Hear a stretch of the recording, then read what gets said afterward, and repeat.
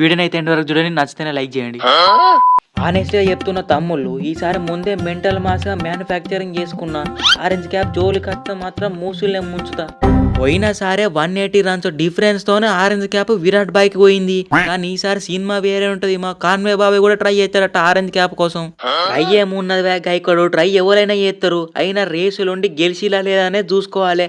అట్లా అంటే నేను ప్రతిసారి IPL ఆరెంజ్ క్యాప్ రేసులు ఉంటా, కానీ నాకు ఇంట్రెస్ట్ ఉన్నప్పుడే క్యాప్ మింక పోతా. రావులు, యాక్చువల్ గా నువ్వు RCBకి రావాల్సినవి, కానీ ఢిల్లీకి పోయినావు. ఎట్లయితేంది? పోయినసారి నేనే క్యాప్ కొట్టినా, ఈసారి కూడా నేనే కొడతా. విరాట్ భాయ్ I'm a huge fan of RCB, కానీ క్యాప్ మాత్రం నాకు కావాలి. లేదంటే మా సంజన్న ఓపెనింగ్ చేస్తున్నారు కాబట్టి సంజన్న కన్నా క్యాప్ రావాలి గంతే. దేశ్ వాళ్ళు ఆరెంజ్ క్యాప్ రావాలే పోవాలంటే అత్తదా? రాదు. రన్స్ స్కోర్ కొట్టాలి. ఈసారి ఆరెంజ్ క్యాప్ మా బట్లర్ బాబాయ్ అన్న కొడతాడు, లేకపోతే నేనన్నా కొడతా. ఇది ఫిక్స్. అంటే ఇప్పుడు కేప్ నేను కొడితే మీకేమన్నా ప్రాబ్లమా? చూపిస్తా, ప్రైమ్ చూపిస్తా, పాడికేలు కానీ ప్రైమ్ చూపిస్తా. ఒకప్పుడు రాయల్ ఛాలెంజర్స్ బెంగళూరుకి ఎట్లాడిండో ఇప్పుడు గట్టినే ఆడతాడు. సెలేన్ బాటిలో సాంబార్ వేసి పడుకోబెడతాం అందరినీ. ఎస్, మీరు హైయెస్ట్ రన్స్ కొడితే మీకు వచ్చేది కేవలం ఒక్క ఆరెంజ్ క్యాప్ మాత్రమే. కానీ మా దగ్గర ఉన్న గ్రౌండ్ లో 11 మంది దగ్గర ఆరెంజ్ క్యాప్లే ఉంటాయి. సెలేన్ బాటిల్ అంటారా బాబు?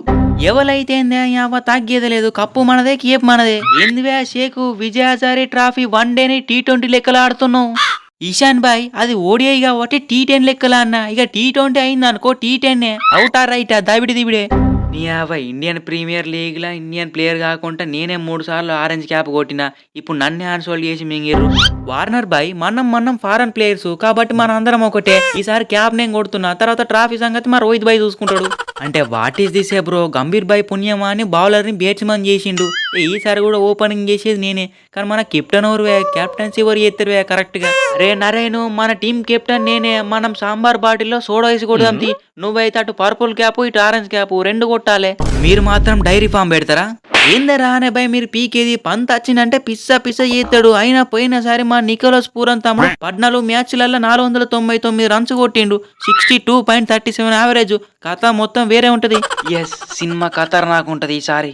ఓరే ఏం మొరుతున్నారా మీరు? ఈసారి ఓపెనింగ్ చేసేది నేను కాబట్టి ఆరెంజ్ క్యాప్ కూడా కొట్టేది నేనే. ఆయనతో స్పిన్ వచ్చేది ఉంటే పర్పుల్ క్యాప్ కూడా కొట్టేటోని. కానీ ఎందుకు లేని మహేష్ మత్ వదిలిపెట్టిన. తమ్ముడు హాఫ్ సెంచరీలు కొట్టినా కానీ ఆరెంజ్ క్యాప్ ఇయ్యరు. సెంచరీలు కొట్టాలి, కన్సిస్టెన్సీ ఆడాలి. SRH కాడినట్టు పర్ఫార్మెన్స్ ఇస్తే పర్పుల్ క్యాప్ కూడా ఇయ్యరు.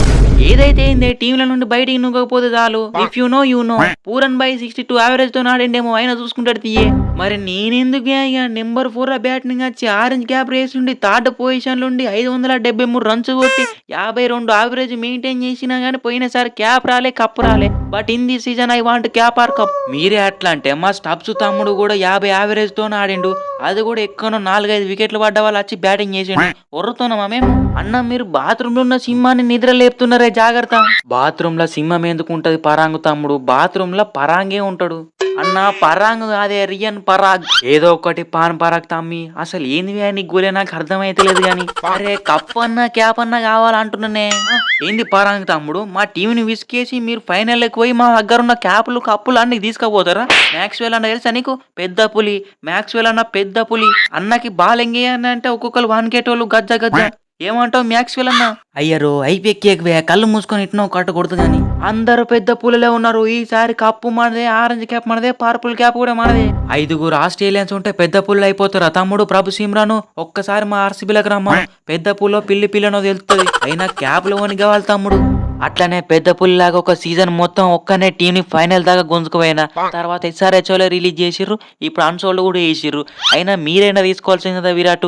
కొత్త పిల్లలకి స్టాటిస్టిక్స్ అయినా నేర్పిస్తుంటుంది. నా చేతిలో ఏమున్నది కేన్ మామ, అంతా వస్తాం. గైస్, వీడియో నచ్చుంటే వీడియోకి అయితే లైక్ అయితే చేయండి. అండ్ ఛానల్ని సబ్స్క్రైబ్ చేసుకోండి. బెల్ ఐకాన్ అయితే ఆన్లో పెట్టుకోండి. ఇంకా మంచి వీడియోస్ అయితే పోస్ట్ చేస్తాను త్వరలోనే. So stay tune. Thanks for watching guys. Next వీడియోలో కలుసుకుందాం.